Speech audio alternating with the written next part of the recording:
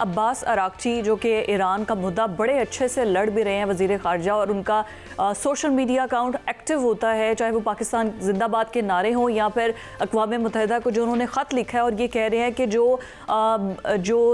American दावे कर रहे हैं कि अब हम इनके इंफ्रास्ट्रक्चर को निशाना बनाएंगे, तो उन्होंने बड़ा क्लियर कट बताया है कि अगर यूरेनियम अफसरदगी होती है, ताबकारी होती है, तो वो फैलती जाएगी। वो सिर्फ ईरान नहीं बल्कि बाकी तमाम ममालिक भी उसकी लपेट में आएंगे। और जब दुबई जाकर खड़ा हो जाता है, एलाई बन जाता है वेस्ट का, तो फिर इसके बाद जो मौजूदा सूरत हाल है उसका इम्पैक्ट क्या होगा और पाकिस्तान को आगे स्ट्रेटजी क्या अपनाना होगी, क्योंकि ऑलरेडी एक बार तो हम मुज़ाकरात कर चुके हैं, वो मुकम्मल हुए नहीं हैं। तो इसी पर बात करने के लिए हमारे साथ एम्बेसडर साहब मौजूद हैं। जमील अहमद खान साहब, आपको वेलकम करते हैं sir, welcome to the show. और हमारी ज़रा रहनुमाई फरमा दे कि हमने एक बार कोशिश की, मुज़ाकरात की, जो कि नाकाम हो गई या नहीं हो सकी, उस पर इंडियन प्रोपेगेंडा भी बहुत ज़्यादा हुआ, लेकिन अब एलाइज चेंज हो रहे हैं। दुबई जाके वेस्ट के साथ खड़ा हो रहा है, नॉर्थ कोरिया की एंट्री की खबरें आ रही हैं कि वो भी ईरान के अंदर हेल्प करने के लिए कोई डिफेंस सिस्टम जो है वो उनको दे रहा है। ये सब कुछ जो डिप्लोमेटिक मूव एक चल रही है,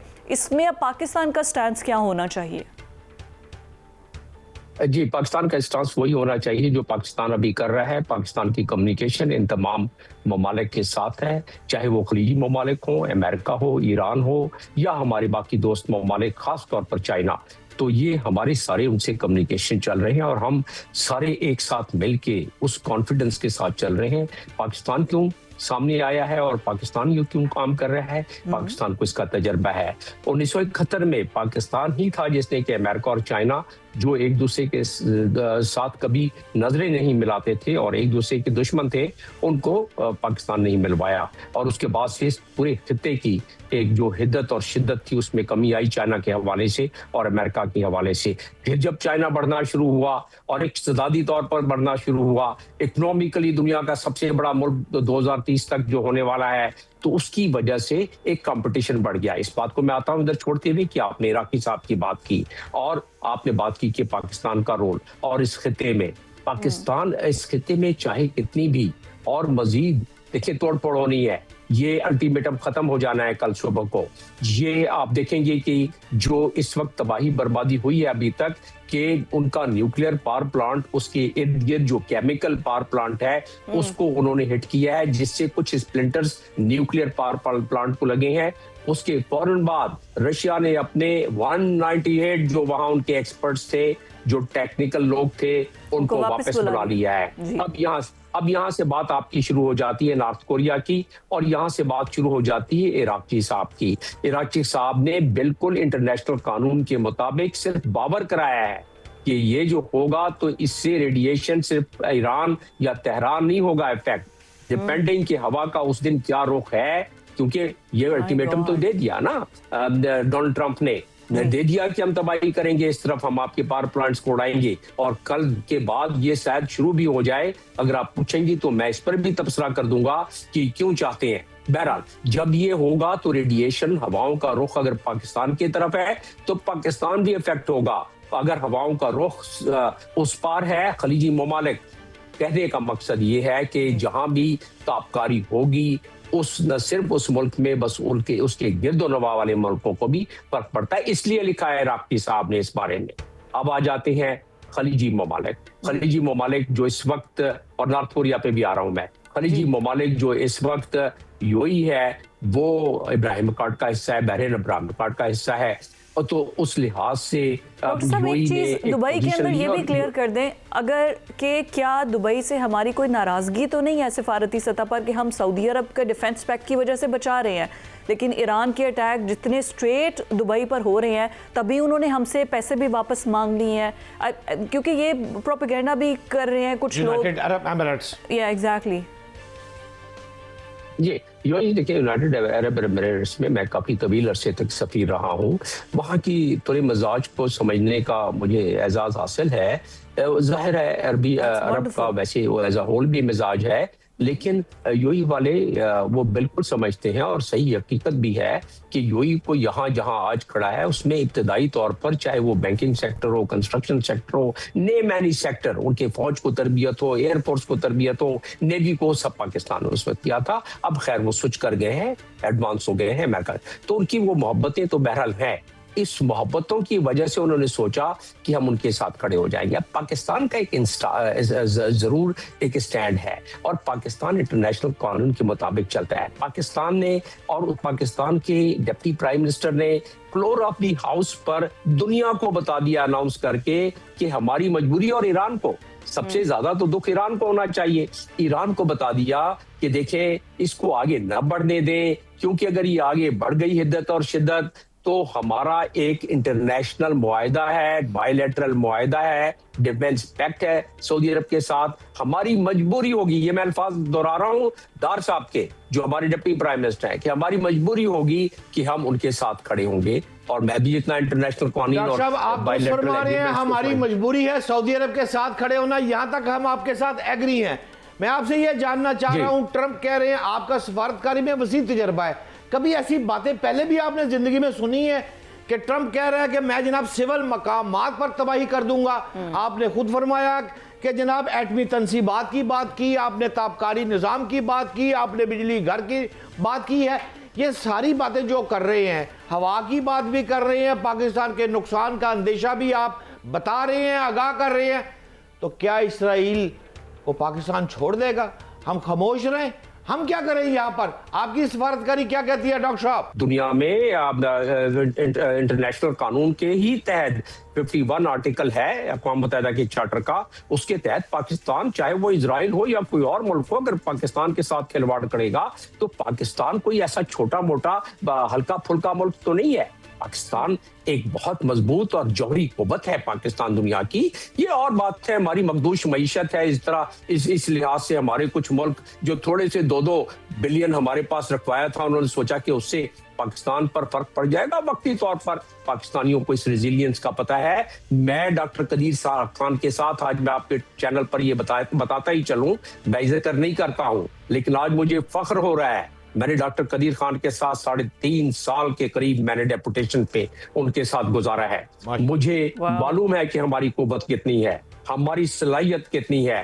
तो आप और अहले वतन को मैं बताता चलूं काजी साहब कि इजराइल या इजराइल से बड़ा मुल्क वो नहीं सोच सकता कि पाकिस्तान के साथ खिलवाड़ करे। तो पाकिस्तान को इस लिहाज से तो अल्लाह ताला की मदद हासिल है, और डॉक्टर कदीर खान को भी सलाम करना चाहिए हमें, और उनकी मग़फ़िरत और उनकी दुआ करनी चाहिए कि हमें इस तरह पहुंचाया। जी बिल्कुल। अब आ जाते हैं आपकी बात डॉक्टर साहब, आपका चूंकि बहुत वसी तजुर्बा है, मैं भट्ट साहब ने पहले एक सवाल किया था, मैं उसी को आगे बढ़ाऊंगी कि अभी जैसे ट्रंप के सफारतकारी है, या ट्रंप जिस तरीके से कभी MBS के बारे में गुफ्तगू करता है, कभी फ्रांस के प्रेसिडेंट के बारे में गुफ्तगू करता है, स्कूल की बच्चियों पर ईरान पर अटैक करता है और तस्वीर सोशल मीडिया पर पोस्ट करता है, इंफ्रास्ट्रक्चर को तबाह करता है और उस पर प्राउड फील करता है, आप ज़्यादा बेहतर समझा सकते हैं कि ये इंटरनेशनल क्राइम ऑफ जस्टिस जो कोर्ट है, ये तो उसमें उसका केस चलना चाहिए, वो मुर्तकिब है जंगी जराइम का, क्या नेतन्याहू की तरह इस पर भी केस चलेंगे? जैसे कि कह रहे हैं कांग्रेस के हमारी अप्रूवल के बगैर सब कुछ कर रहा है। एक दहाई नहीं तो 1.5 दहाई के बाद वार क्राइम के केसेस खुलेंगे, दुनिया फिर इंटरनेशनल ऑर्डर की तरफ जाएगी। इस वक्त अगर इजराइल इंटरनेशनल वर्ल्ड ऑर्डर को नहीं मानता, इंटरनेशनल कानून को नहीं मानता, अमेरिका क्योंकि सबसे बड़ी कुव्वत है। एहतराम डॉक्टर साहब, आपने एक अभी बहुत बड़ा फिक्रा कहा कि आपने यूएई में काम किया और डॉक्टर कदीर की बात की, ये दोनों बातें हमारे लिए बिल्कुल नहीं थी, मुझे माजरत के साथ मुझे ये पहले नहीं पता थी। सवाल मेरा इससे रिलेटेड ये है कि जब से ईरान की तरफ से आवाज़ आई है, अराक़ची की तरफ से आवाज़ आई है, पाकिस्तान जिंदाबाद, उसके बाद शरीकों को आग लग गई है। अब वो आग जो है वो फैलती जा रही है। इस हालात में पैसे वापस मांग रहे हैं, आप हमारी हुकूमत ने फैसला भी कर लिया, पैसे रिटर्न भी करने की बात चल रही है। तो अब क्या समझते हैं कि इस मौके पर बहुत से मुसलमान ममालिक जो है जो हमारे साथ खड़े हैं और हम उनके दिफा में खड़े हैं, लाइक अम्ब्रेला उनके ऊपर खड़े हैं, तो क्या को लाखों अरबों डॉलर की जो बारिश है वो होने जा रही है, या सिर्फ हम उनके साथ ही खड़े हैं? पाकिस्तान की भविष्य के मुतल्लिक कोई दुनिया नहीं सोच रही। आपकी क्या राय है डॉक्टर साहब? इन शॉर्ट भट्ट साहब कह रहे हैं सानू पैसे दियो। दैट्स राइट, दैट बिल्कुल पैसे भी मिलेंगे।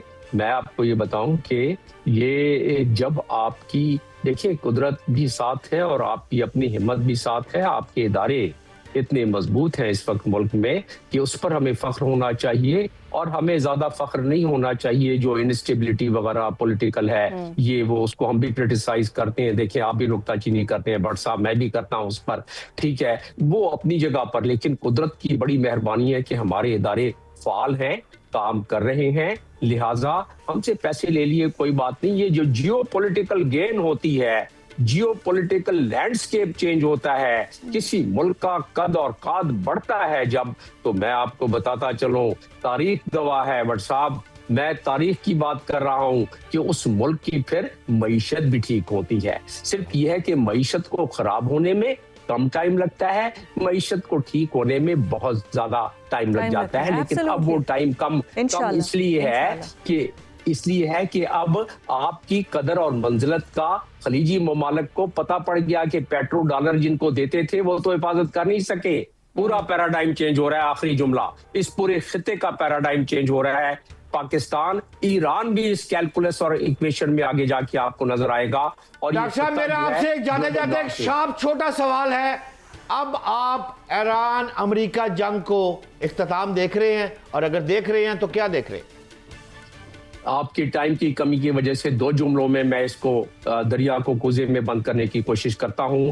अब मैं ये देख रहा हूं कि ईरान तो अपनी एग्जिस्टेंशियल जंग लड़ रहा है, ईरान आखिरी वक्त तक लड़ेगा। ईरान का फायर पावर अगर खत्म हो गया, चांसेस हैं, देखें दुनिया की सबसे बड़ी कुव्वत उससे लड़ रही है, अपने अगर उनकी फायर पावर खत्म हो गया तो पूरे खलीजी रियासतों में कोहराम मच जाएगा, और वहां गुरिल्ला वारफेयर ऐसी शुरू होगी कि लोगों की कुर्सियां मुतजलजल होना शुरू हो जाएंगी। और इसका मैं सबूत आप किसी और प्रोग्राम पे रख लेना, मैं वहां की आबादी के लिहाज से आपको बताऊंगा कि किस किस मुल्क में ईरानी ओरिजिन के उस मुल्क के शहरी कहां हैं और वो किस तरह एक्टिवेट हो सकते हैं, और उस पे कितना काम पहले हुआ है। जब आप कहेंगे तो किसी प्रोग्राम में ठीक हो गया, for sure sir, why not. बहुत शुक्रिया, सच अ सीजनल एम्बेसडर हम मौजूद थे, और बड़ा ब्रीफली बड़ा खूबसूरत तरीके से उन्होंने मंजरनामा जो है वो कर दिया। लेकिन ईरान की ऑन ग्राउंड सिचुएशन, ईरानी सहाफ़ी हमारे साथ ब्रेक के बाद मौजूद होंगे।